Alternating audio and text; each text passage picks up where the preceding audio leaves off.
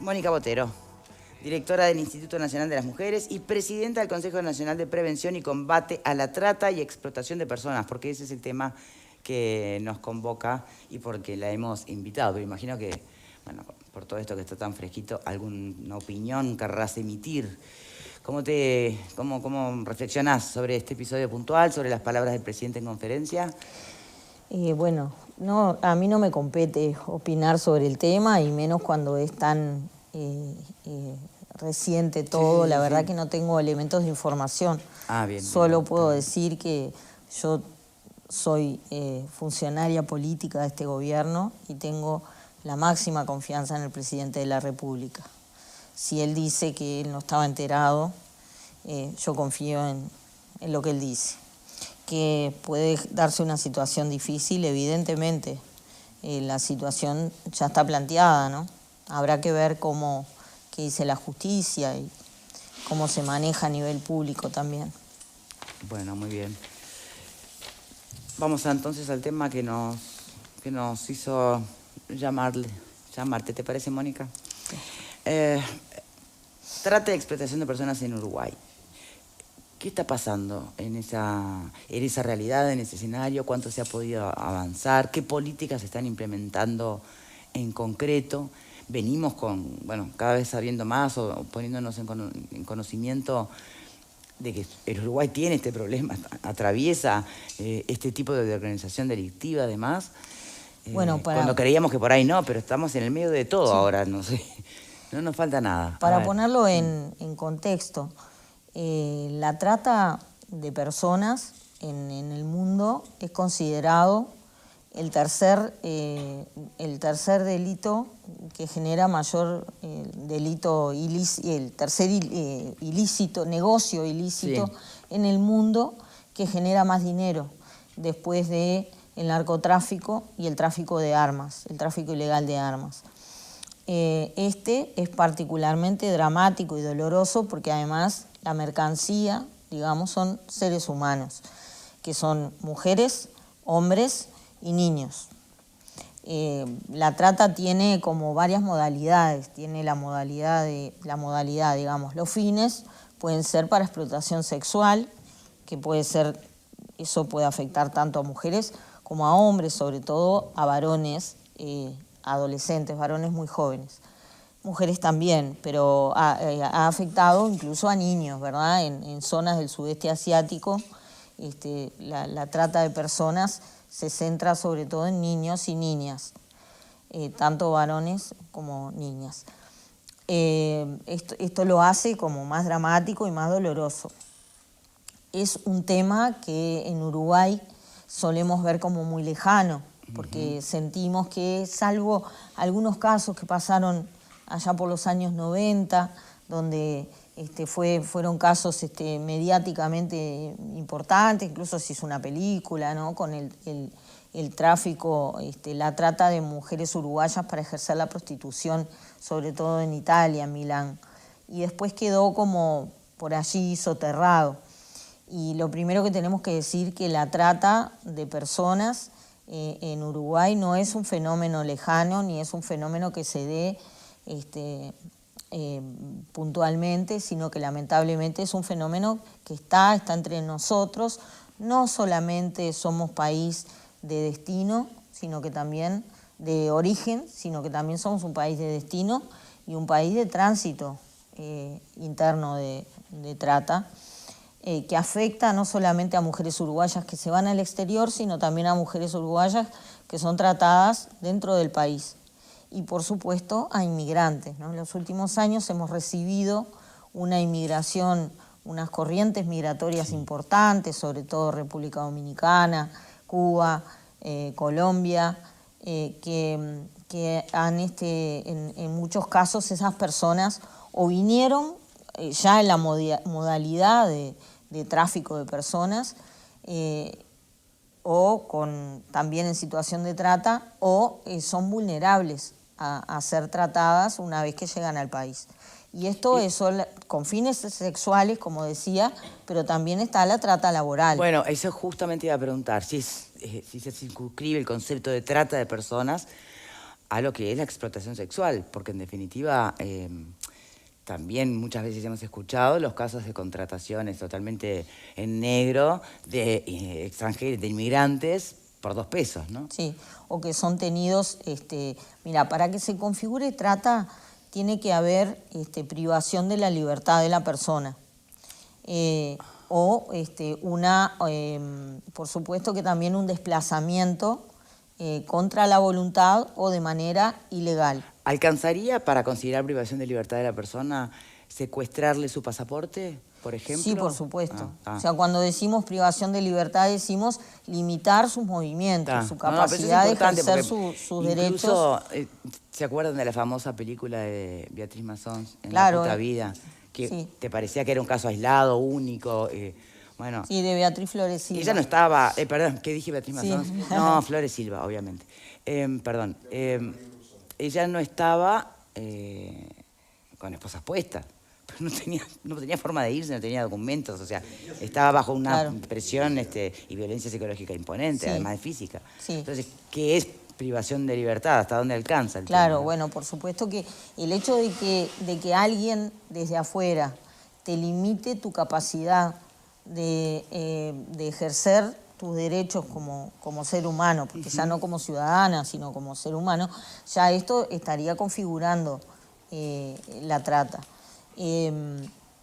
También, por ejemplo, hay una forma de trata que es poco visible y no es la más común. ¿Cuál es? Pero lo ilustra muy bien, que es, por ejemplo, la trata laboral con personas generalmente inmigrantes. En la frontera seca se da bastante, que están como en un campo, los usan para trabajar en el campo y viven en un galpón, no tienen ningún tipo de derecho laboral, trabajan infinitas horas, la paga no existe porque en realidad se quedan con el dinero. Contra alojamiento, le venden que es contra...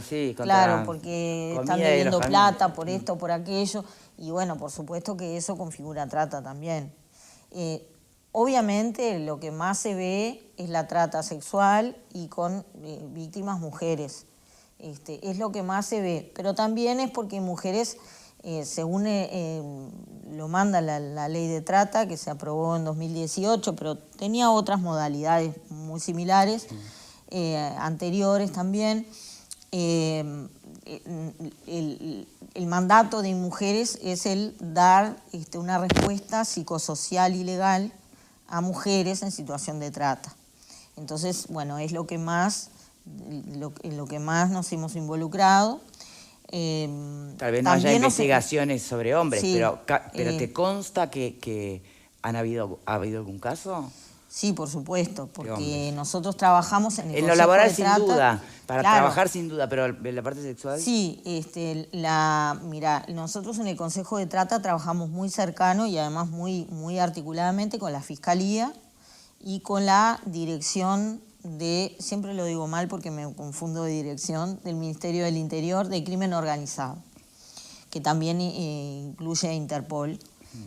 Con ellos, por supuesto, el Poder Judicial, el Ministerio de Trabajo, que tiene la responsabilidad de la inspección en todo el país, trabajamos como muy cercanamente.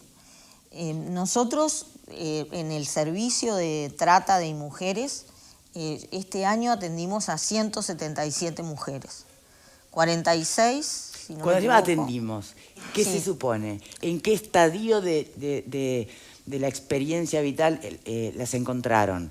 ¿En plena pidiendo ayuda, escapando, de regreso, en riesgo de...? Sí, mira, cuando se configura ya una situación delictiva donde hay que pedir protección de seguridad, en esto interviene Fiscalía, interviene la Policía. A nosotros nos piden apoyo o nos derivan a las mujeres para darle una respuesta psicosocial, porque son mujeres que no tienen dónde vivir, que están muy dañadas psicológicamente, están muy afectadas, necesitan un patrocinio legal muchas veces. A veces se los da la unidad de víctimas de Fiscalía, pero... ¿Se les regresa al país de origen? Sí, cuando son extranjeras que manifiestan su voluntad de regresar, sí, lo hemos hecho.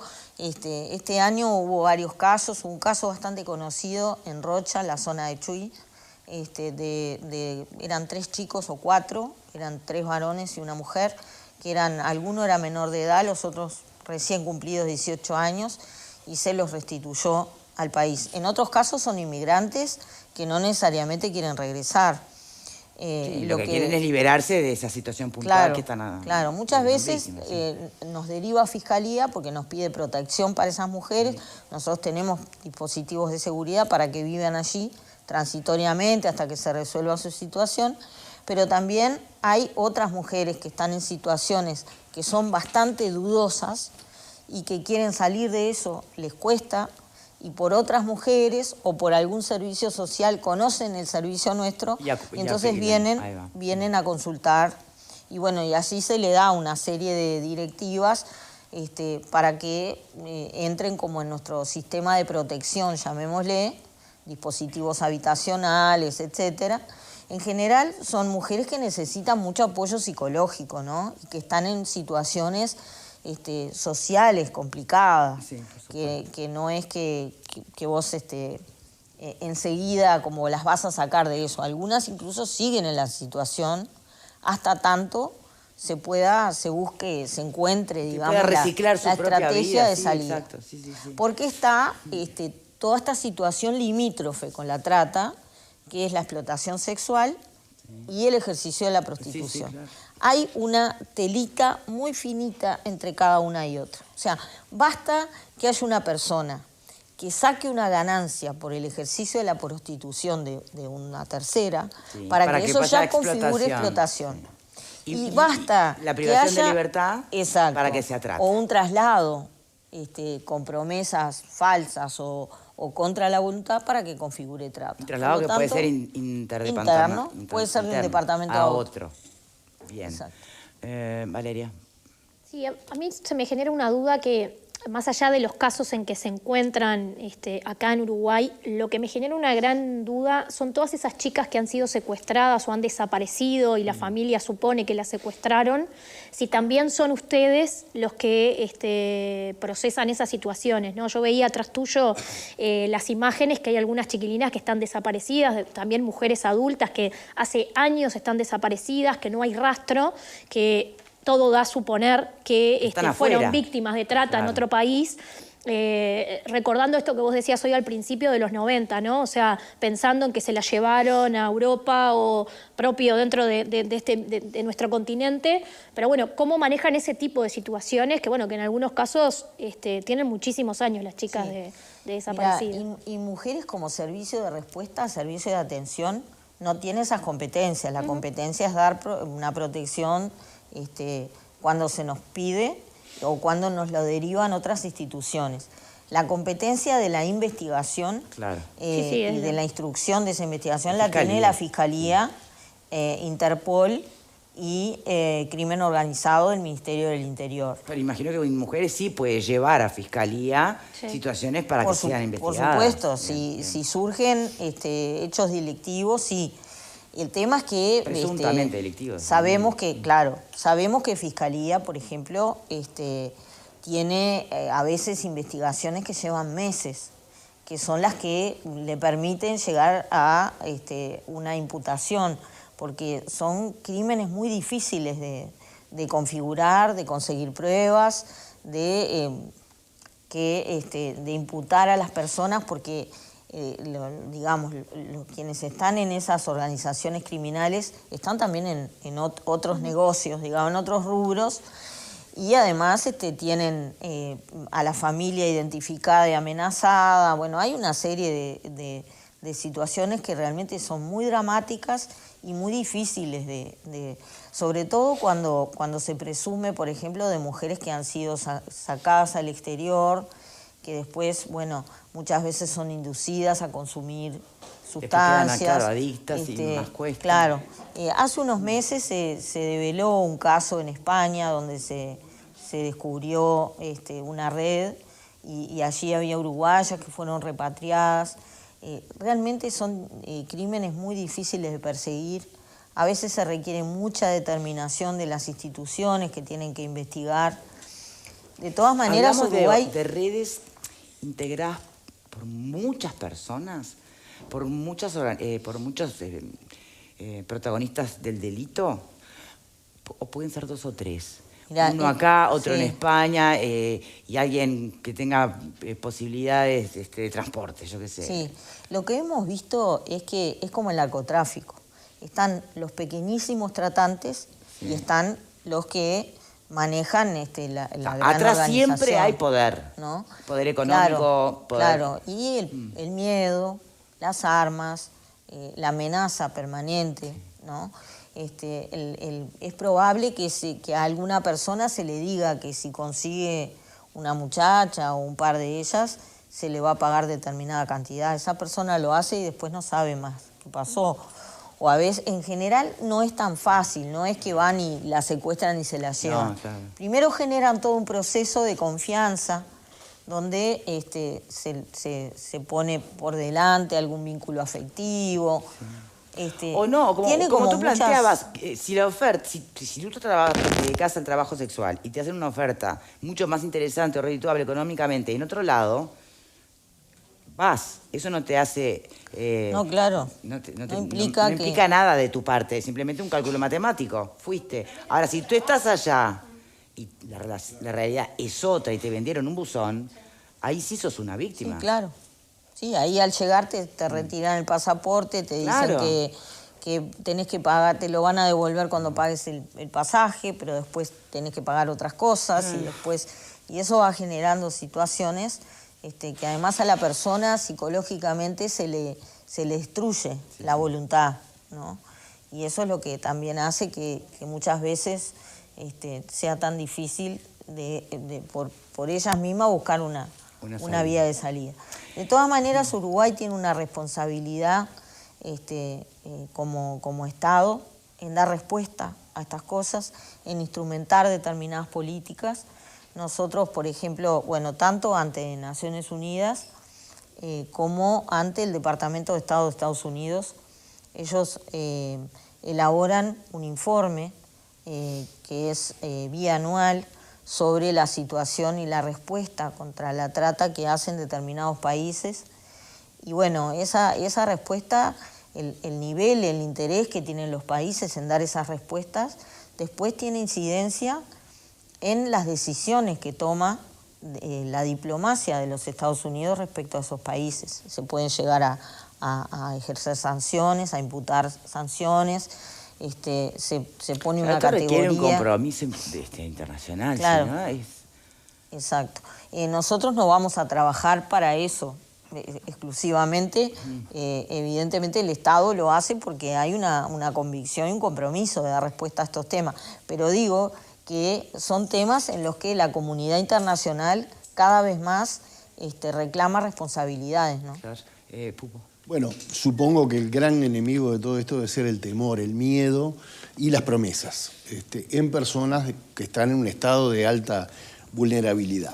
Pero la quiero llevar a una pregunta tal vez incómoda, pero que tiene que ver con todo esto, que es la relación de mujeres con las ONG. Yo hace un tiempo la escuché a usted en una entrevista decir que se estaba dando otro encare y que de alguna manera ya no iba a ser más un tema de cogobierno con los sindicatos y con las ONGs en este tipo de casos. ¿Cómo es ese nuevo encare? ¿Hacia dónde estamos apuntando? Sí, históricamente, por ser las organizaciones de la sociedad civil desde donde se generaron el conocimiento y la respuesta, tanto en temas de trata como violencia de género en general, el Estado optó, cuando resolvió dar esa respuesta, optó por hacerlo a través de organizaciones de la sociedad civil. El MIDES es un ejemplo en todas sus áreas. Nosotros, Mujeres es parte del MIDES, en todas sus áreas el MIDES optó por esa modalidad. Ahora consideramos que el MIDES y el Estado, en varias áreas, en algunas más, en otras menos, estamos capacitados como para poder dar la respuesta con nuestros propios nuestro propio funcionariado. Y ese es un camino que estamos transitando en el caso de trata. Nosotros tradicionalmente el servicio de trata de mujeres lo prestó la organización El Paso. Nosotros ya le comunicamos a la organización que a partir de cuando finalice el convenio vamos a optar por la modalidad de contratar técnicos y técnicas para trabajar en los servicios de trata. Pueden ser los mismos, porque son quienes tienen el conocimiento acumulado y la organización, tanto El Paso como la otra organización que es Casa Abierta, que tiene un acumulado de conocimiento en esto, van a seguir integrando el Consejo Nacional de Trata porque nos parece que el aporte de la sociedad civil siempre es importante. El tema es que la sociedad civil no sea quien aplique las políticas y tenga, digamos, el control de las prestaciones. No en la modalidad de cogobierno que fue lo que usted decía. Claro, hoy de manera estricta no es un cogobierno porque las organizaciones son tercerizadas y son contratadas por el MIDES. Perfecto. Pero en los hechos sucede que por ser organizaciones con mucha experiencia en el tema, son las que tienen el contacto directo y el intercambio incluso con otros organismos del Estado a la hora de la respuesta social. Perfecto. Bueno, Mónica Botero, muchísimas gracias por habernos acompañado. Se nos fue el tiempo, el programa de hoy terminó saliendo muy distinto de lo planificado, pero bueno, por justamente los hechos que son excluyentes en el día de hoy. Gracias a ustedes por permitirme conversar sobre esto, porque además siempre es importante, cuanto más se hable del tema, es mejor. Exacto. Muchas gracias. Antes de ir a la pausa...